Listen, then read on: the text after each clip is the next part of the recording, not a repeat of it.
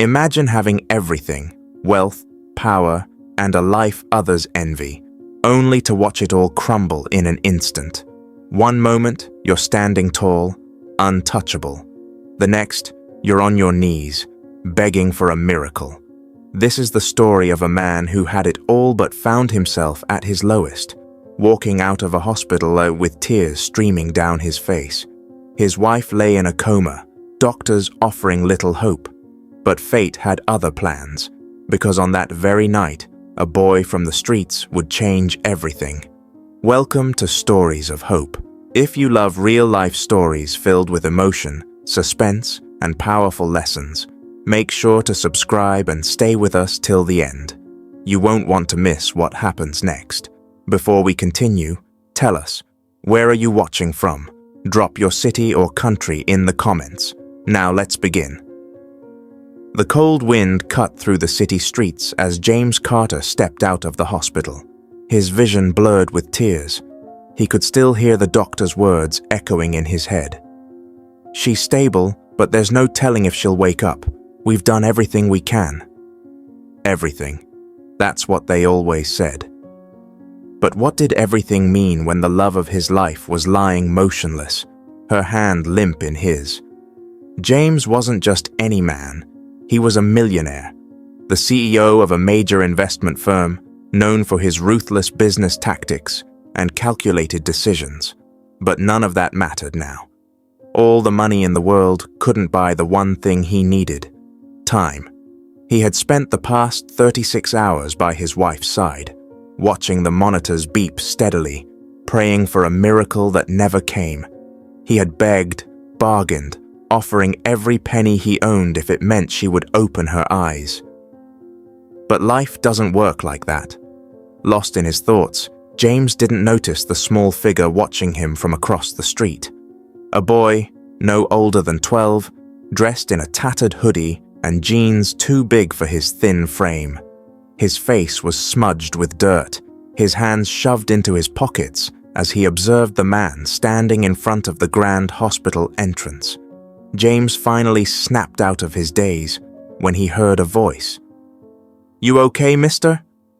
It was the boy. His voice was soft, uncertain. James turned, his eyes red from crying. He hadn't spoken to anyone since he left his wife's bedside. He wasn't in the mood for conversation, but something about the boy's gaze made him pause. "Do I look okay?" James muttered, running a hand through his disheveled hair. The boy didn't flinch. Instead, he tilted his head, studying the man before him. "You look like someone who lost everything." James let out a bitter laugh. "Yeah? And what do you know about losing everything?" The boy hesitated, kicking at the sidewalk. "More than you think." There was a quiet moment between them, filled only by the distant hum of traffic and the occasional honk of a passing car. Then, out of nowhere, the boy pulled something from his pocket and held it out. A crumpled $1 bill. Stared at it, confused. What? What is this?" The boy shrugged. "You look like you need it more than me." James blinked, trying to process what just happened. A homeless kid, someone who probably hadn't had a full meal in days, was offering him money? He wanted to refuse, to tell the boy to keep it. But something in the kid's eyes told him that this wasn't about money. It was about something deeper. And for the first time in his life, James didn't have the right words. James stood there, frozen, staring at the crumpled $1 bill in the boy's outstretched hand. His mind, fogged by grief and exhaustion, struggled to process what was happening. A millionaire being offered money by a child who clearly had nothing? It was almost laughable. He swallowed the lump in his throat and shook his head. "Kid, I don't need your money." The boy didn't budge. "Maybe not, but you look like you need something." James exhaled sharply, running a hand over his face. "And what exactly do you think I need?" The boy shrugged, shoving the bill back into his pocket. "I don't know. A friend? Someone to talk to? A reason to keep going?" His voice was quiet, but there was a weight behind it, a kind of understanding that seemed far too deep for a kid his age. James looked at him carefully. His clothes were torn, his shoes barely holding together, and his face was thin, too thin. He had the look of someone who had learned how to survive, not live. "What's your name?" James finally asked. "Ryan." "Where are your parents, Ryan?" The boy gave a small, humorless chuckle. "Haven't seen my dad in years. And my mom, well, she's kinda like your wife right now." He gestured toward the hospital. "Only difference is, no one's trying to save her." James's stomach twisted. "She's sick?" Ryan nodded. "Cancer, stage 4. They said she doesn't have long." His voice wavered for just a second before he forced a small smile. "She's in a hospice, but they don't let me stay with her at night, so I just find places to crash, until morning." James felt like the air had been sucked out of his lungs. He had spent thousands, millions, on the best doctors, the best hospital, the best care for his wife. And yet, here was a boy whose mother was dying alone because they couldn't afford anything better. For the first time in a long time, James Carter, the man who always had an answer, always had a solution, felt completely powerless. A long silence stretched between them before James finally spoke. "Come with me." Ryan hesitated. "Where?" "To eat," James said simply. "When's the last time you had a decent meal?" Ryan looked like he was about to argue, but his stomach betrayed him with a loud growl. He let out a sheepish laugh. "Guess it's been a while." James nodded toward a diner across the street. "Let's go." The warm air inside the diner was a sharp contrast to the cold night. The smell of coffee and fresh pancakes filled the space, and for the first time that evening, James felt like he could breathe. They sat in a booth near the window. Ryan looked around, his eyes wide as he took in the menu. "Man, I haven't been in a place like this in forever," he admitted. "I usually just get whatever I can find." James motioned to the waitress. "Order whatever you want." Ryan hesitated. "For real?" James nodded. The boy's face lit up as he rattled off his order. Pancakes, bacon, scrambled eggs, and a milkshake. James ordered a coffee, not trusting himself to eat just yet. As they waited, Ryan tapped his fingers against the table. "So, what happened to your wife?" James wasn't sure why, but he found himself answering honestly. "Car accident. Drunk driver ran a red light. She was just in the wrong place at the wrong time." Ryan's expression softened. "I'm sorry." James looked out the window, his jaw tightening. "Yeah, me too." A few minutes later, the waitress brought their food. Ryan wasted no time digging in, eating like someone who didn't know when his next meal would be. James watched him, feeling something shift inside him. This boy, this stranger, had nothing, no home, no money, no family to lean on. And yet, here he was, surviving. James had everything, and yet he had never felt more lost. As Ryan finished the last bite of his pancakes, he leaned back with a satisfied sigh. "Man, that was amazing." Then he looked at James seriously. "Can I ask you something?" James nodded. "Why'd you help me?" James thought about it for a moment before answering. "Because maybe I needed to." Ryan studied him before giving a small smile. "Well, thanks. I owe you one." James shook his head. "No, you don't." But what neither of them knew was that this night, this small, unexpected meeting, was about to change both their lives in ways they never could have imagined. James sat in the diner long after Ryan had finished eating, staring at the boy across the table. There was something about him, something that pulled at James in a way he couldn't explain. Maybe it was the quiet resilience in his eyes, the way he spoke with the wisdom of someone far older than his years. Or maybe it was the simple fact that despite everything, Ryan was still holding on to hope. James had been drowning in grief, consumed by the weight of his wife's condition. But this boy, this complete stranger, had somehow managed to shake him awake. Ryan stretched his arms and yawned. "Man, that was the best meal I've had in a long time," he said with a grin. "Thanks." James nodded, his mind still racing. "Where are you planning to sleep tonight?" Ryan shrugged. "Same place I always do. Under the bridge near the park. It's not too bad when it doesn't rain."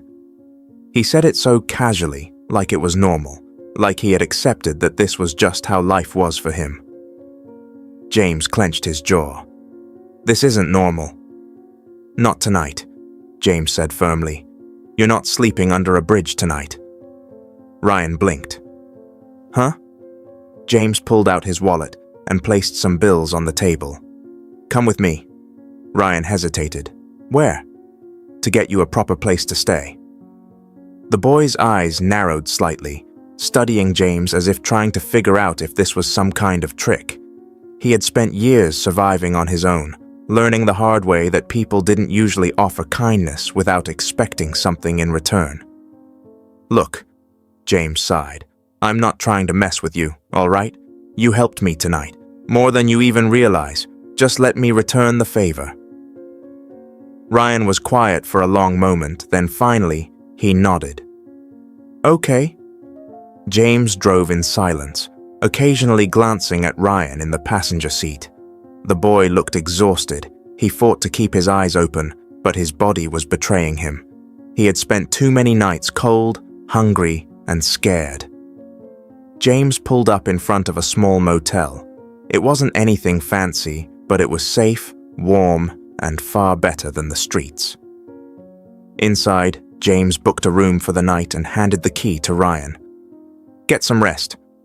Ryan took the key hesitantly, still looking unsure. "You're serious?"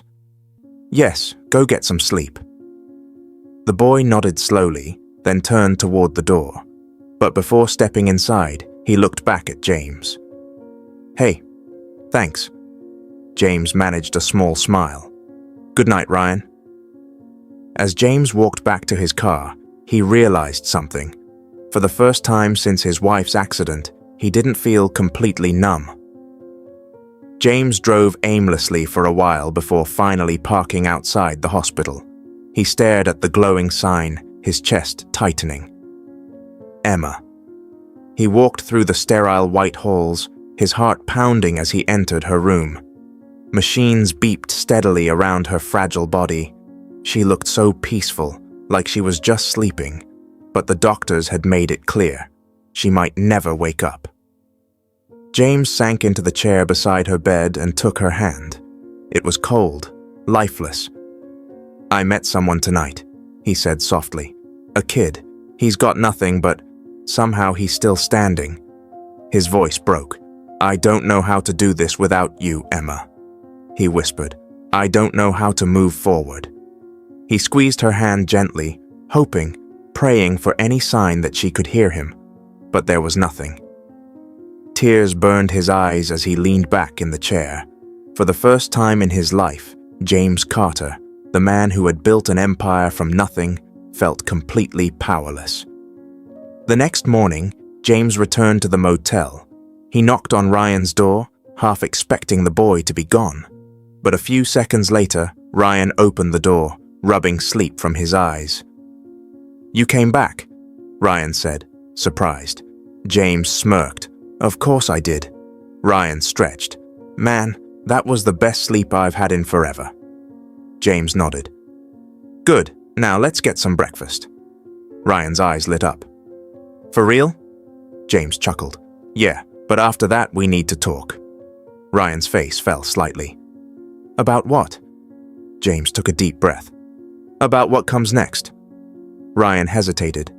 "You mean like, what I'm gonna do after today?" James nodded. The boy shifted uncomfortably. "I don't know," he admitted. "I never think that far ahead." James looked at him carefully. "Maybe it's time you start." Ryan studied him for a long moment, then nodded. Neither of them realized it yet, but this was the moment that would change both their lives forever. James and Ryan sat in a small cafe downtown, the morning sun streaming through the windows. The smell of fresh coffee and warm pastries filled the air, but James barely noticed. His mind was racing. Ryan, on the other hand, was focused entirely on the food in front of him. He shoveled bites of pancakes into his mouth like he hadn't eaten in days. James watched him, wondering just how long this kid had been surviving like this, scavenging, struggling, completely alone. After a few minutes, Ryan finally slowed down. He leaned back in his chair, letting out a satisfied sigh. "Man, that was good." James chuckled.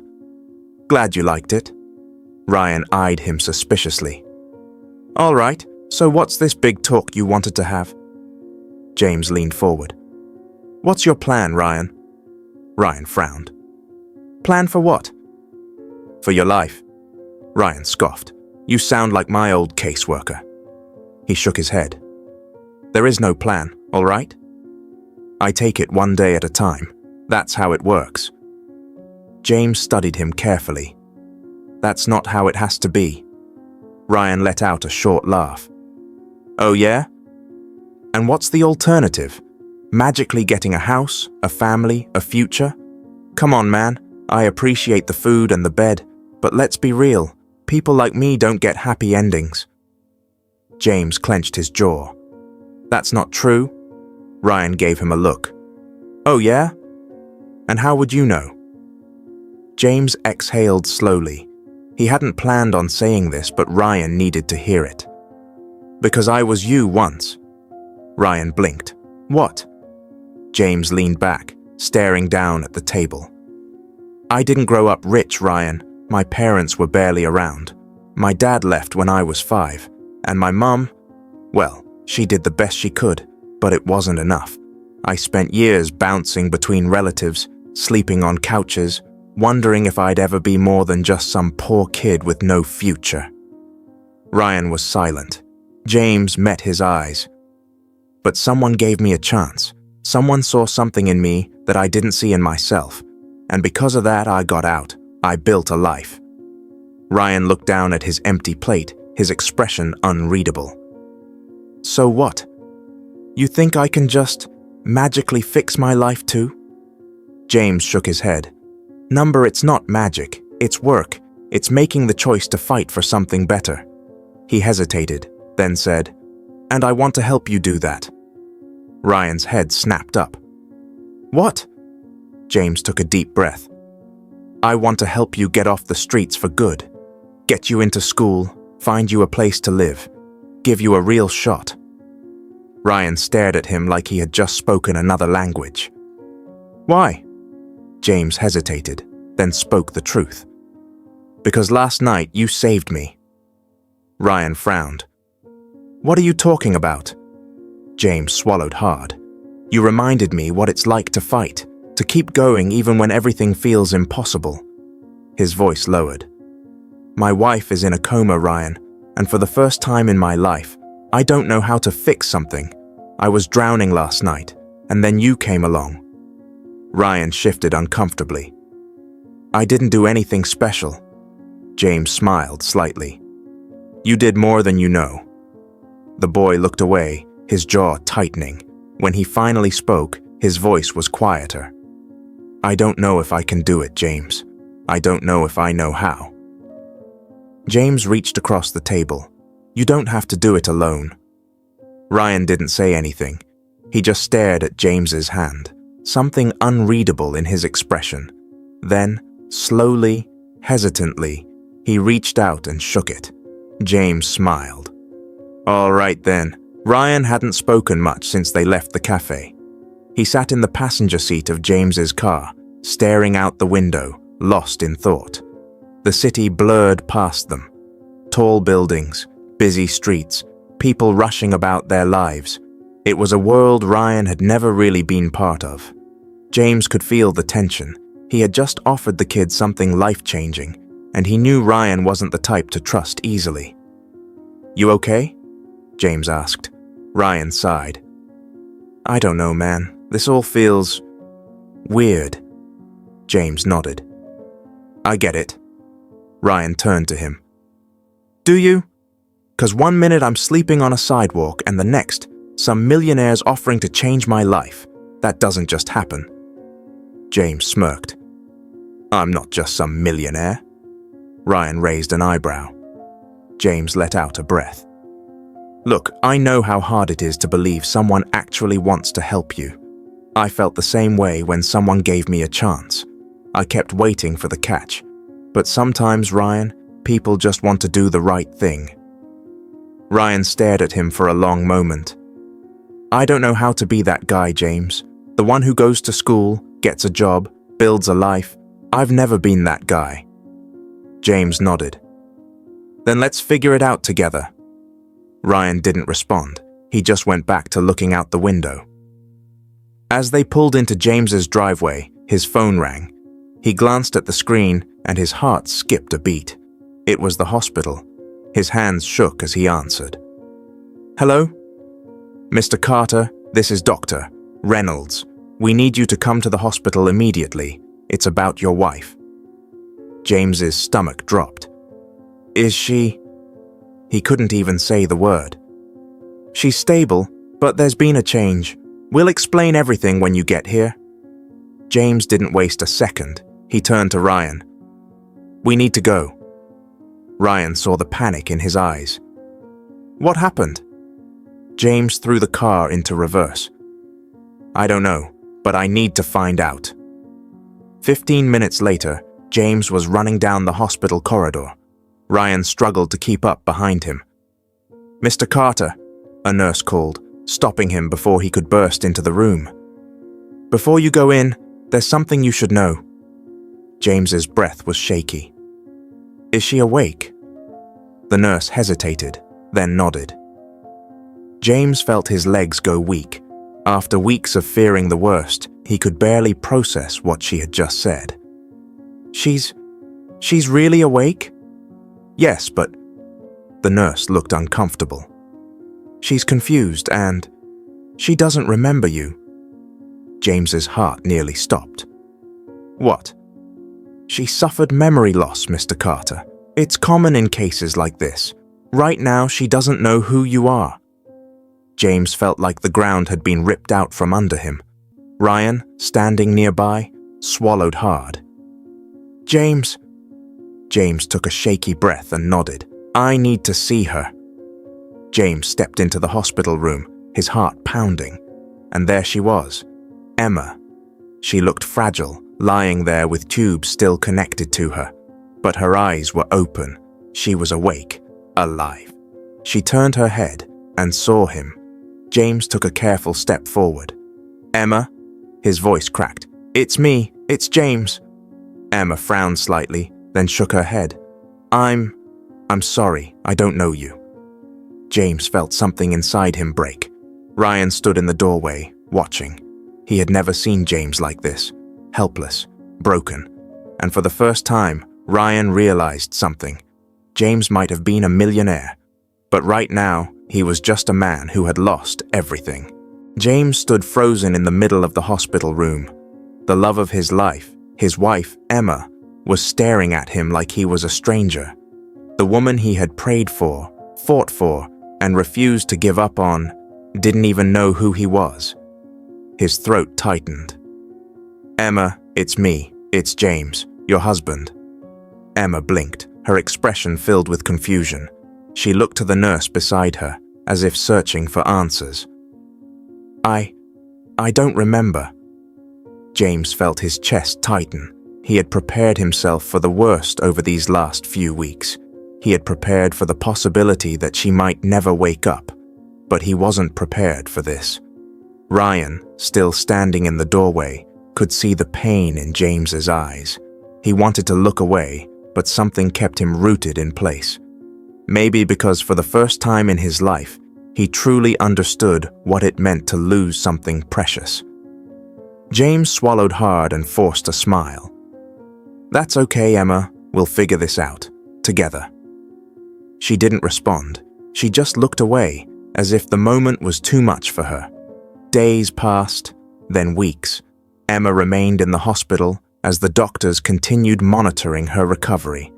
James was there every single day. He told her stories about their life together, their wedding day, their first apartment, the little fights, the big dreams. He showed her pictures, played their favorite songs, even brought in the perfume she used to wear, hoping something, anything, would spark her memory. But nothing did. One evening, as James sat by her bedside, exhausted and drained, Emma finally spoke. "You don't have to keep doing this," she said softly. James looked up. "Doing what?" Emma hesitated. "Holding on to something that isn't there anymore." Her words cut deep, but James refused to give up. "Emma, I don't care how long it takes. I love you, and whether you remember me or not, I'll be here." Emma stared at him, searching his face. There was something about his voice, his presence, that made her feel safe. Even if she didn't remember him, a part of her wanted to trust him, and so she let him stay. Meanwhile, Ryan had been dealing with a battle of his own. James had offered him a chance to start over, to go back to school, get off the streets, and build a real future. But deep down, Ryan was scared. "What if I mess this up?" he asked one night as he sat across from James at the dinner table. James smiled. "Then you get back up and try again." Ryan sighed, looking down at his plate. "No one's ever believed in me before." "Well," James said, "I do." Ryan felt something tighten in his chest. He didn't know how to accept kindness, but maybe, just maybe, it was time to try. Months passed. Emma still didn't remember their past, but something had changed. She had started spending more time with James, asking him questions, laughing at his jokes. And one day, as they walked through the hospital garden together, she reached for his hand without thinking. James felt his heart skip a beat.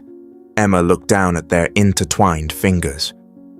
"I don't remember loving you," she admitted, "but I think I could love you again."